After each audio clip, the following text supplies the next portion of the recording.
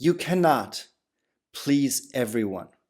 So how about you stop fighting for everybody's approval? Because this is a fight that you will never be able to win, and you will only lose yourself in the process. Hi, my name is Martin, and I made it my mission to share here with you my stories, my learnings, my experiences from life, unapologetically, openly, authentically, and without holding back. Because for me, it's my purpose in life to support people to really find their own purpose, to live a self-led life, and to live a life with meaning, where they feel like they are in charge of their own destiny. And today's topic came up while I was participating in one of the coachings where I'm being coached. And someone said, "You cannot please everyone." And I was like, "You talking about me here?" Because I've recognized that behavior within myself. And it came up multiple times in my life. It came up in friendships, it came up working with clients, and it came up a lot in romantic relationships. Especially in romantic relationships, that's where I lost myself mostly. Like within friendships as well, especially when I was younger, like in my teens. In my work, it was not so much losing myself, but in romantic relationships, I completely lost myself. And the way it happened is that I was looking for outside validation. I was looking for them to validate me, to approve of me, so that I felt worthy and loved, so that I felt like I belong. But it never happened. It always backfired. And then I was there standing by myself, feeling completely abandoned, when in reality, I abandoned myself way before that. And if you feel like this is you, there's a few things that you can do in order to change that. If you are not there, but you might be afraid that this can happen to you, then also stay tuned, because there are a few signs that you can look at where you can actually prevent it before it happens. So let's dive right into it. The things that I've recognized in my own behavior when it comes to self-abandonment was that I stopped doing the things that were important to me. I felt I'd be selfish if I focused on me. I felt I wouldn't be there for them when they needed me. So if I needed some space, if I needed time, I didn't take that space. I didn't take that time for myself, because I thought I would take away from them and from them needing me in that moment. And also with the fear, if I look after myself, then they would leave me. They would be like, "Oh, you're not here for me. I'm gonna leave you." I was so afraid of being abandoned that ultimately the result was that they abandoned me. And the signs that I saw and recognized through a lot of reflection and like a healing process over the past few months after my relationship ended, the signs that I discovered was really like not, first of all, doing the things that I know are good for me, the things that I love to do, that are important to me, like meditation, kung fu. In the past, I did horseback riding. Like there's a lot of things that are so much fun, and they give me so much joy, and like they fuel me, they give me so much energy. But when relationships started, I stopped doing those things. It's ridiculous. I'm like, why would I stop doing the things that make me feel good? Because only when my cup is full, I can really share with other people. But when it came to romantic relationships, I stopped doing that. I stopped doing that, and I completely abandoned my own needs, my own wants, and I just forgot about myself. So now, through those reflections, I can recognize that behavior and prevent it in the future, where I'm like, I'm still going to look after myself first, because only if I look after myself first can I be there 100% for other people. Another sign is that when you are kind of already in it, that a lot of like weird emotions come up. The thoughts of like, oh, are they going to abandon me? Are they going to leave?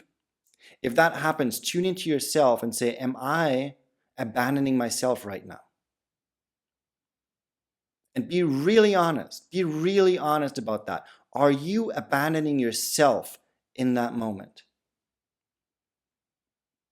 When I look back at my past relationships, the answer is 100% absolutely yes. I abandoned myself in that process.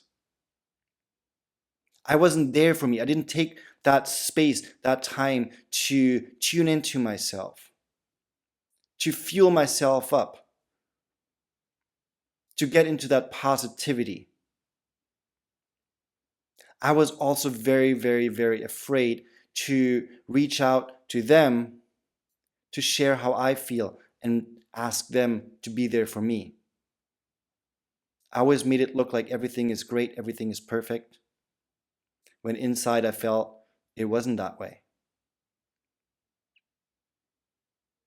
Another sign that I've discovered is triggers. Because if something triggers you, there is something within you that is not healed. There is something within you that is in resistance to what is happening. So if that comes out, really tune into yourself again. It's all about tuning into yourself. That's basically the cure of it all. Tune into yourself and heal. Reflect on yourself. Process everything that is coming up. So now let's go into 3 things that you can do in order to stop abandoning yourself.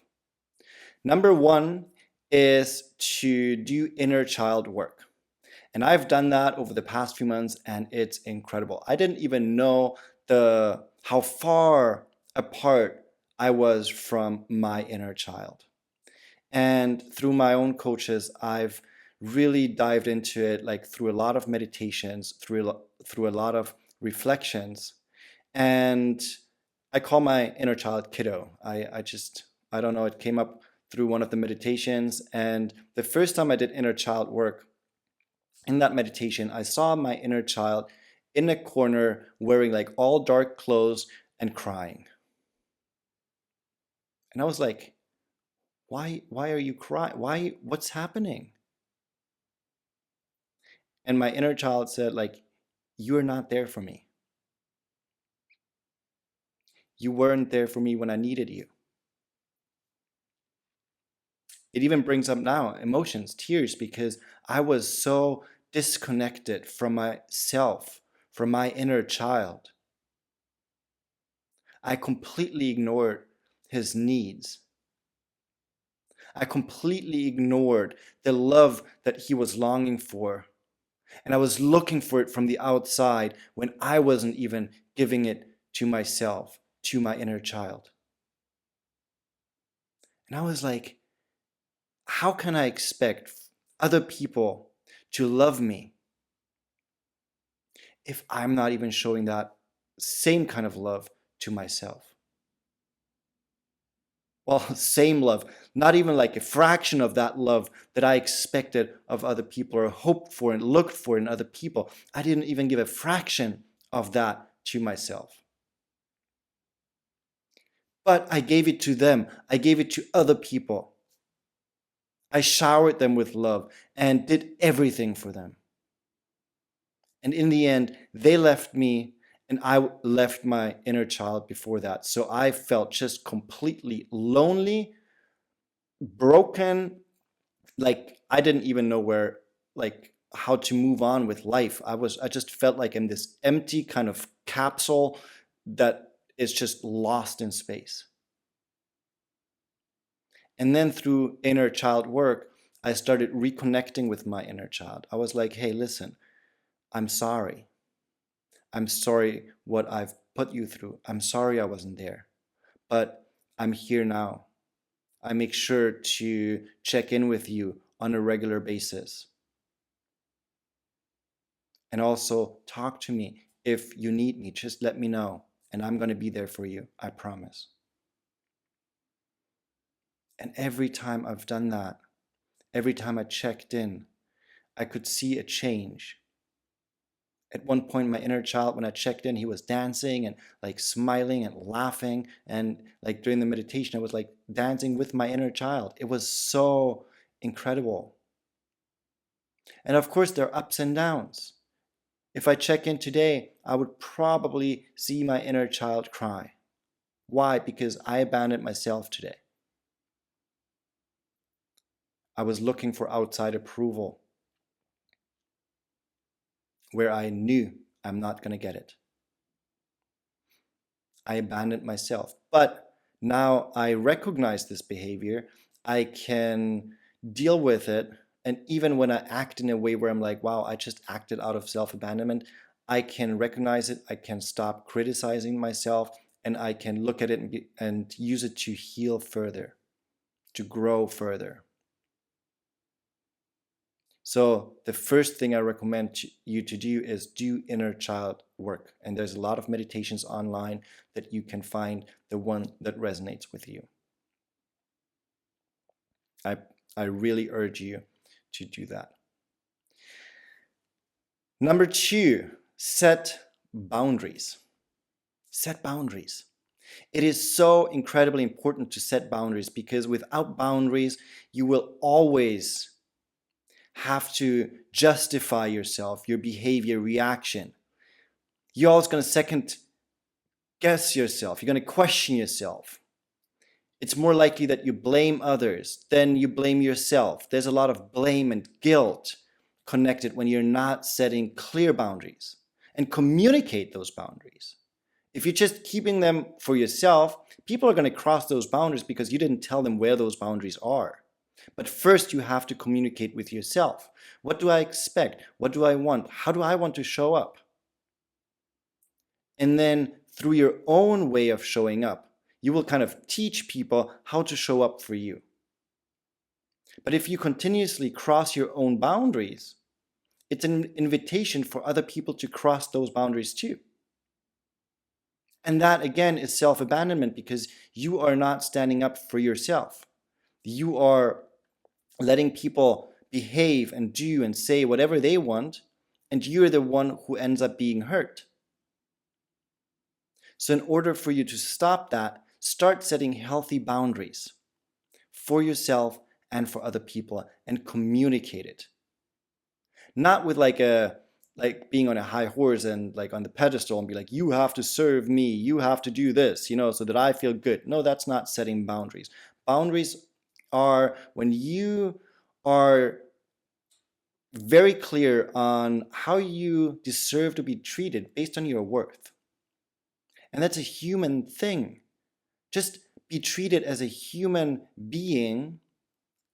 That's not too much to ask for. Like, one of my boundaries is to bring things up immediately before they become like a problem. I don't want people to hold back when there's something where they feel like I behaved in a way that was disrespectful, or I didn't show empathy. Whatever it may be that they feel like my behavior was towards them, I want them to tell me, because that is the only way for me to reflect and show up differently. I was friends with someone in the past, and there was like a kind of a situation going on that I wasn't even aware of. And there was another friend of mine involved, and then we were just like, what is going on? Why did he stop talking to us? And we got as a response, when we asked, like, what is the problem? Like, what did we do? He said, you're old enough, figure it out yourself. And I'm like, that went completely against my belief system in a way, in my values. Because if that person had just said, listen, this is what happened, can we just clarify it? I felt really offended, or whatever the situation might have been. But communicating openly and honestly and vulnerably, that is my boundary. also showing up with respect. If people disrespect me or speak to me or other people in a disrespectful way, that is crossing a boundary for me. Because I also want to show up in a respectful way for other people and for myself. And therefore, people in my life, that's what I expect from them. If they don't show up that way, that's totally fine. But then they do not have a space in my life. So number 1 was the inner child healing. Number 2, setting boundaries. Number 3, focus on yourself. Focus on yourself. And that doesn't mean that you're blocking out everything from the outside, that you're completely shutting yourself off, that you don't care about other people anymore. No. What that means is that you are investing time and energy in your own growth, in your own healing. It's connected to like the inner child work, of course. But step 3 also, or the third way of stopping self-abandonment is really that you tune into yourself and look at what is it that you're passionate about. How is it that you want to live? If you've always wanted to go on that vacation or on that trip, then plan for it. See how can you make it work.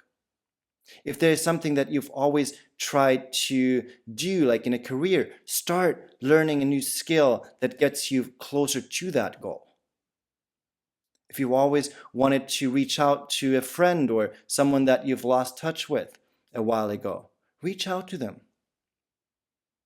Make or do things that make you fulfilled so that you feel better. Because when you feel better, other people around you will feel that. And you can share that positivity with them. But also it includes, of course, feeling the negativity, letting it out, being emotional, vulnerable. It's absolutely okay. But don't forget the positive things. There's this kind of weird thing going on in society where it's like, oh, if you focus on the positive, you just pretend the negative is not there. You're ignoring it, pushing it away. And I'm like, no. Nobody says if you focus on the negative, you push away the positive, then you're ignoring the positive things that can happen or that are happening. And there's always positive and negative things that are happening. But it's a choice what to focus on. I'm not ignoring negative situations or negative emotions. I feel them. I let them go through me. But I'm not holding on to them. I'm not making them like stay forever. And yes, sometimes it takes a little bit longer. Like right now for me, that whole breakup thing, it takes me a little bit longer to process because a lot of things from the past also came up that I wasn't even aware of those things still being unprocessed. So it might take a while, but I'm letting it happen. At the same time, I focus on the positive things. I look at what fulfills me. What do I want to do? How do I want to live life?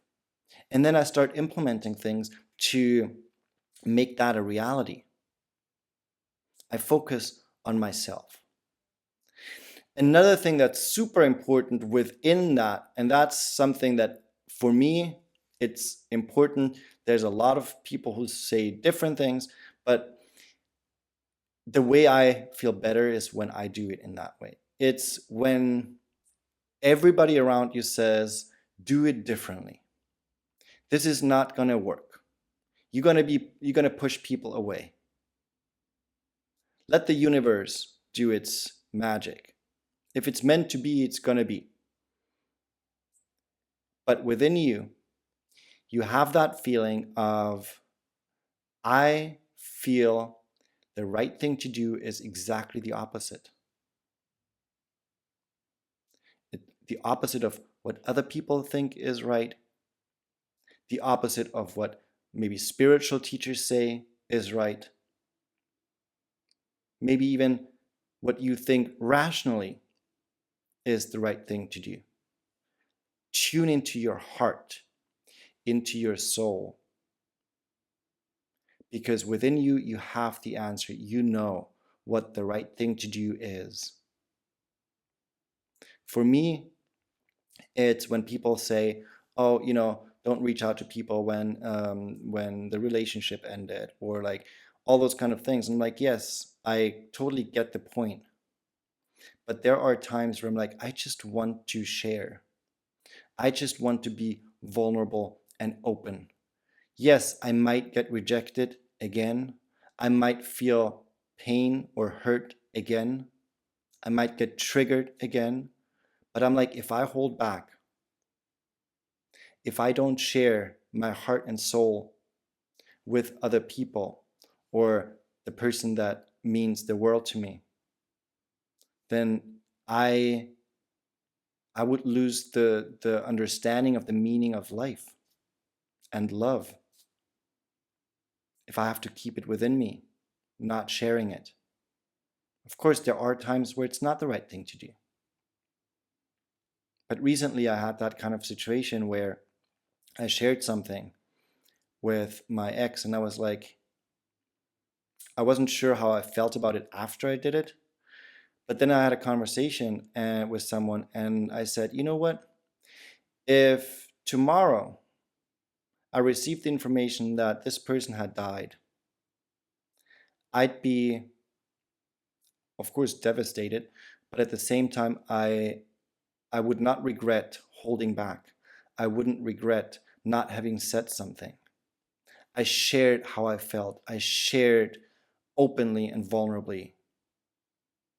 Because the last thing, what I want to do in life is look back and regret things. There's this saying, like, from people who have talked to elderly people who were about to pass on to the next life. They said a lot of them, they were pretty much all of them had the same kind of opinion. You're not going to regret the things that you did in life, but you're going to regret the things that you didn't do. So I'm going to leave you with that. Do not regret. Do not regret. So that means stop abandoning yourself, because in the future you will look back and regret having abandoned yourself, not being your authentic self. Live a regretless life without regrets, no regrets, looking back and saying, this is me showing up fully, unapologetically, authentically, from my heart, from within my soul. And if someone does not like that, if it pushes people away, then they were not meant to be in my life. And I'm going to attract people who are. So that being said, thank you for tuning in. If you like this, please like the video, comment, share, and subscribe to my channel. And I hope to see you in the next one. All right, as always, lots of love and a big hug.